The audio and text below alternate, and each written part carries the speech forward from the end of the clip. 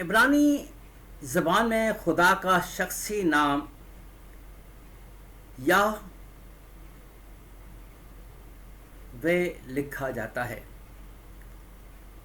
یہ 4 حروف YHWH جنہیں اردو کی طرح دائیں سے بائیں لکھا اور پڑھا جاتا ہے، عام طور پر ٹیٹراگرامٹن یعنی کہ 4 حرفی کہلاتے ہیں۔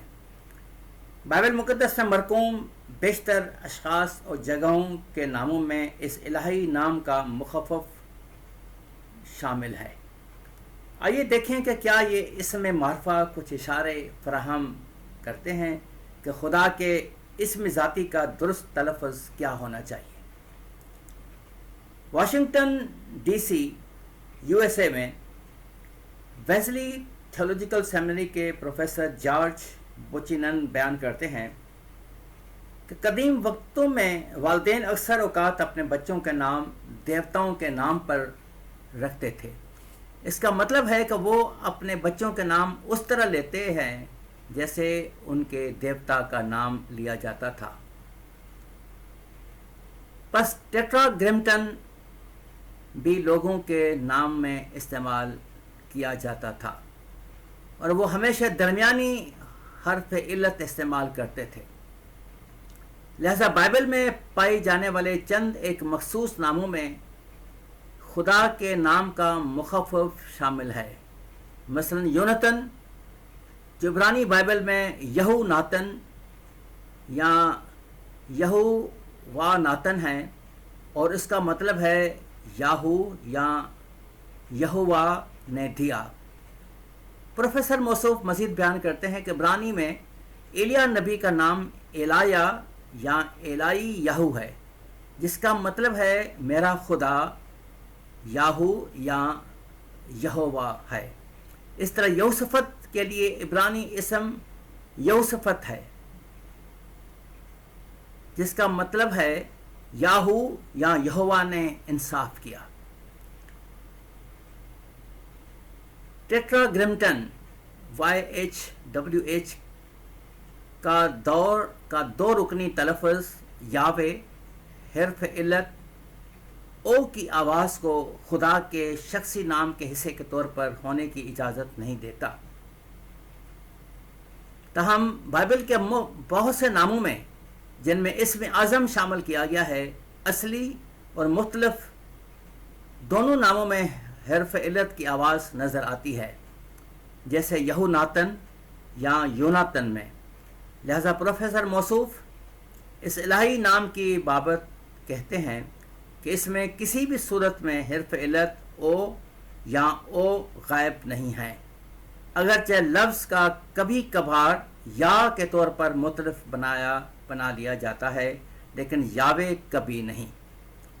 جب ٹیٹراگرامٹن کا ایک رکن میں تلفظ کیا جاتا تھا تو یہ یا یو تھا۔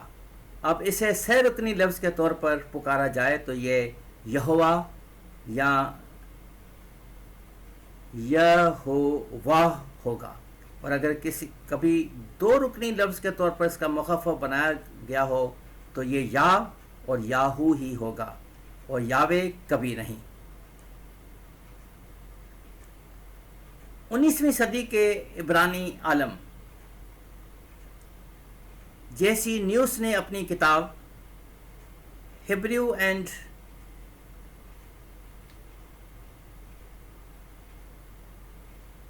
لیکسیکن to the Old Testament scripture یعنی پرانے ادرامے کے صحائف عبرانی اور کلیدی زبان کی لغت میں بیان کیا ہے کہ خدا کے شخصی نام کا درست تلفظ یہوہ ہے، کیونکہ بہت سے عبرانی ناموں کا آغاز کرنے والا مخفف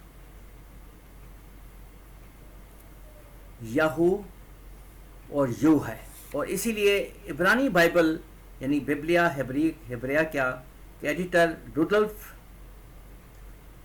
کینل اپنے سب ایڈیشنوں میں عبرانی میں خدا کے شخصی نام یعنی کہ اسم اعظم یا ٹیٹراگرامٹن پر بطور یہوہ ہی حرف علت لگاتا ہے۔ بنی اسرائیل کی تاریخ اس بات کی شاہد ہے کہ وہ خدا کے نام کو اس قدر پاک اور عظیم سمجھتے تھے کہ الہی تحریر کو قلم بند کرنے والے کاتبوں کو ہدایت کی گئی تھی کہ خدا کا نام لکھنے سے قبل دعا مانگیں اور اپنے قلم کو دھو کر خوب صاف کر لیں، بالخصوص خدا کا شخصی نام یہوہ لکھنے سے قبل غسل کریں، اور اس کے علاوہ عوام الناس نے اس اسم اعظم کی عظمت کی خاطر اسے اپنے ہونٹوں پر لانے سے گریز کیا اور اس کا متبادل لفظ ادونائے استعمال کرنا شروع کر دیا، جس کا مطلب تھا میرے خدا۔ بس وہ لکھتے یہوہ تھے مگر پڑھتے ادونائے تھے۔ صدیوں سے روایتی یہودیت نے اپنے پیروکاروں کو خدا کا اسم ذاتی یعنی کہ یہوہ استعمال کرنے سے سختی کے ساتھ منع کیا ہوا ہے۔ مشنا کے مطابق کوئی بھی شخص جو خدا کا نام لے گا اس کا آنے والی دنیا میں کوئی بخرا حصہ نہیں ہوگا۔ سنہیڈرن 10واں باب اس کی پہلی آیت۔ دعا میں خدا کے نام کے استعمال کے بارے میں ہم چند باتیں سیکھ سکتے ہیں، اور یہ نہایت بات غور طلب ہے کہ بائبل خدا کے خادموں کو الہی نام یہوہ استعمال کرنے کا حکم دیتی ہے، اور اس کی واضح مثال بزرگ موسیٰ کی ہے۔ تاہم یاد رکھیں کہ کلام الہی میں خدا کے نام کے غلط استعمال سے ضرور منع کیا گیا ہے۔ موسوی شریعت کے تحت دیے گئے احکام اشرا میں تیسرا حکم یہ تھا کہ تو خداوند اپنے خدا کا نام بے فائدہ نہ لینا، کیونکہ جو اس کا نام بے فائدہ لیتا ہے خداوند اسے بے گناہ نہ ٹھہرائے گا۔ خدا کا نام کس طرح بے فائدہ لیا جا سکتا ہے؟ اس کی بابت جوئش پبلیکیشن سوسائٹی کا ایک تبصرہ بیان کرتا ہے کہ عبرانی زبان کی یہ مذکورہ اصطلاح جس کا ترجمہ نام بے فائدہ لینا کیا گیا ہے، اس کا مطلب صرف الہی نام کا غیر ضروری استعمال ہے۔ اس میں کسی غیر ضروری برکت کا بار بار دہرانا بھی شامل ہے۔ غالباً اسی لیے مسیح خداوند نے پہاڑی آواز میں تعلیم دیتے وقت فرمایا تھا، جو مجھ سے اے خداوند کہتے ہیں ان میں سے ہر ایک آسمان کی بادشاہی میں داخل نہ ہوگا مگر وہی جو میرے آسمانی باپ کی مرضی پر چلتا ہے۔ اس سے پہلے کہ ہم اس بات پر غور کریں کہ ہمیں اپنی دعاؤں میں خدا کے شخصی نام یہوہ کو اس کی پاکیزگی کے باعث استعمال کرنا چاہیے یا نہیں، ہم یہ بات سمجھیں کہ اب تو اسرائیلیوں نے بھی قادر مطلق خدا کے اسم ذاتی کو دعا میں ادا کرنا شروع کر دیا ہے۔ کہا جاتا ہے کہ اسرائیل کے سابقہ ایک چیف ربی نے 20 جنوری 1995 کو کہا کہ ایک اصطلاحی دعا پڑھتے وقت جان بوجھ کر اس نے ایسا کیا، اور یاد رکھیں کہ قبالہ کہلانے والے یہودیہ کے ایک صوفیانہ جماعت نے 12ویں اور 13ویں صدی مسیح میں اس ہی مقبولیت استعمال کرنا شروع کر دی۔ اس کے بعد آئزیک کوریا نے کہلا کے عبادتی طریقوں میں 16ویں صدی کے دوران ٹیکونیم کو متعارف کرایا، جس میں خدا کے نام کو خاص قوتوں سے بھرپور اور پراسرار وظیفے کے طور پر استعمال کیا جاتا تھا، اور آخرکار یہ قبالہ کے مذہبی رسوم کا ایک حصہ بن گئی۔ میرے بتانے کا مقصد یہ ہے کہ یہودیوں نے کس طرح سے خدا کا نام کو اس طرح سے بے فائدہ استعمال کرنا شروع کر دیا ہے۔ ہم دعا میں خدا کے شخصی نام کو شامل کرنا درست ہے یا غلط؟